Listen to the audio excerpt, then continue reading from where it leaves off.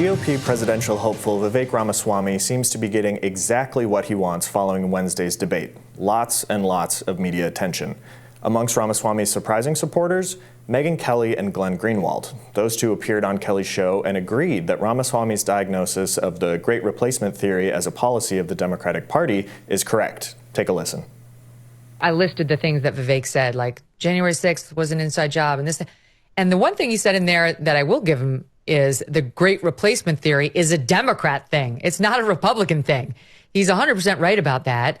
But the Democrats will never admit that. They want to say Tucker's a racist, and I'm sure Vivek's a racist. Vivek's a Nazi.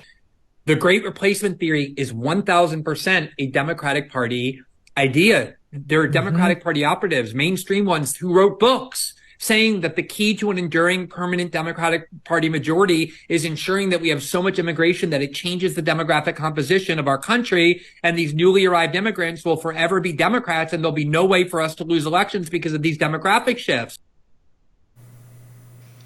Not everyone was as impressed as Megyn Kelly and Glenn Greenwald with Ramaswamy's performance. However, CNN's Van Jones claimed he was, quote, literally shaking during Vivek's comments and said it was just one step away from Nazi propaganda. Let's watch that.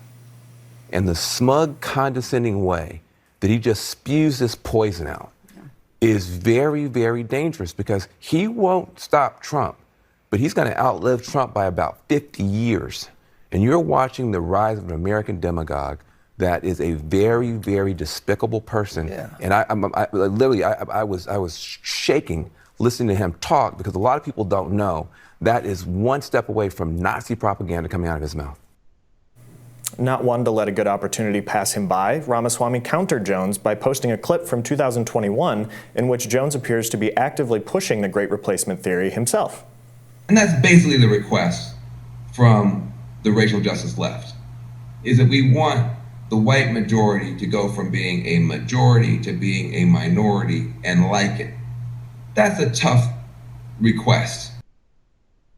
So there you go. You've got Van Jones saying that he's shaking because Vivek Ramaswamy pointed out something that Jones himself has said. I think this is one of those interesting things where we see not just the electoral political battles and sort of the ideological battles play out, but also the rhetorical battle. And you've seen Democrats and the left for a very long time use this phrase as a way to, again, demonize conservatives, demonize Republicans, as we saw with them doing now against Ramaswamy.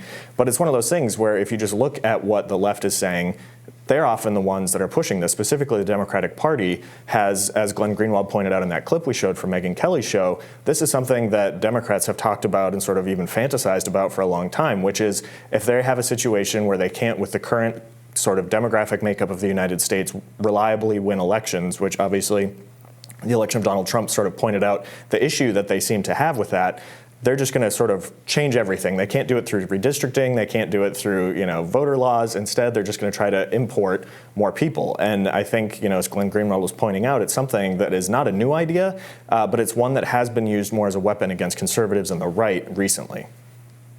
Yeah, I like that you point out the rhetorical battle facet of this, because it feels like everyone's talking past each other there, between Kelly and Greenwald to Vivek Ramaswamy and Van Jones. It is a, idea that there could be a shift towards Democrats if we see an influx of immigrants. As someone who's a progressive, I don't like that the Democratic Party feels entitled to every vote from every person of color. I think that's ridiculous.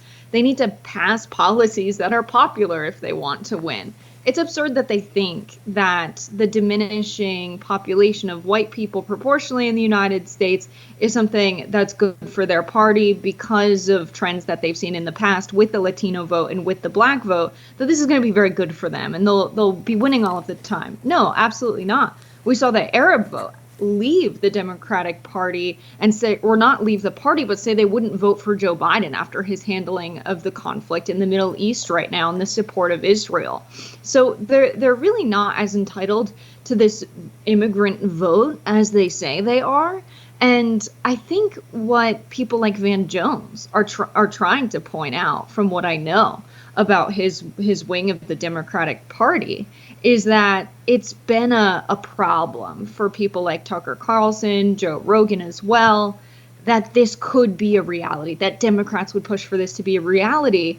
The reason they're taking issue with Joe Rogan saying things like the Democratic Party's getting a bunch of immigrants into the country so that they vote for them and then they win elections, and that's why they just want open borders. It's not an accurate depiction of reality. But I think a lot of the sentiments from people like Joe Rogan and Tucker Carlson have a weird racist undertone, that like they don't want the immigrants to come for other reasons, that like they're not cool with them coming in. I think it's fine to say you're not entitled to the immigrant vote. We can have a legal migration policy, but I wouldn't guarantee that they're voting for you. But I think some of the rhetoric around the Great Replacement, especially if you watch Tucker Carlson's segments before the Buffalo shooting, it seems to be fear-mongering about white people not being the majority anymore and them losing political support. Yeah, I think the point that you make about them feeling, the left or Democrats feeling entitled to every immigrant vote is excellent, because you have, in that clip, Van Jones is attacking Republicans for being smug and condescending, but there's really nothing more smug and condescending than assuming any non-white person who comes into the United States would automatically vote for a Democrat, and that, as you pointed out, is not something that they can take for granted. That may have been something that was sort of, again, this rhetorical talking past each other may have been a little bit more true in years gone by. But if you look at the policies that Democrats push now, if you look even just something that comes up often, the idea of law and order and rising crime. And you look in San Francisco when they had the recall election for the DA there, it was the majority minority districts that more overwhelmingly voted to remove the soft on crime DA than the white neighborhoods. And so assuming that immigrants are just automatically going to support Democrats, vote for them, and support their policies is one of the more smug and condescending things you could say. And I think, to your point about the potential racial side of this, I think it's equal parts, if you're saying you're scared of an immigrant just because of the color of their skin, that's racist. But also if you're saying, like Joe Biden did in the 2020 election, if you don't vote for me, you ain't black, obviously that's also making the same sort of determination just based upon the color of someone's skin. And so on both sides, I think you sort of have the extreme of this. And in the middle, you have people who say, again, we should have a legal immigration system in this country, and these immigrants should be welcome. And if they have policies that they support, they should vote for them as U.S. citizens. But then you have these edges, again, like you were saying, just sort of talking past each other. And I don't think there's going to be a resolution to this, because I think you're going to see the left continue to use it as sort of a rhetorical bludgeon against Republican candidates. I think that became sort of the norm during the Trump administration. And I don't know if there's really any way to actually come to an understanding or a definition of what that actually means, this great replacement theory. Yeah, absolutely. The interesting thing about this, it's such a political conversation right now, because Joe Rogan was recently talking about this on his podcast with comedian Stavros, who pointed out his father's been in the country for over 40 years and still can't vote. It's actually difficult to migrate to the United States and get registered to vote. So it really highlights how so much of the conversations in mainstream media and in popular media are not representative of reality. There's actually not a major threat that a bunch of people will come into the United States and be able to vote in the next 2 major presidential elections. And so it's hilarious that so many people are talking past each other. And Vivek Ramaswamy making this such a central point in his campaign. I like that you point out this is mostly for attention. But if it's not representative of reality, why is a major presidential candidate talking about it and major news anchors arguing about it and talking past each other? I think you and I just arrived at a much more reasonable conclusion than even members of Congress, when they talk about this issue, arrive at.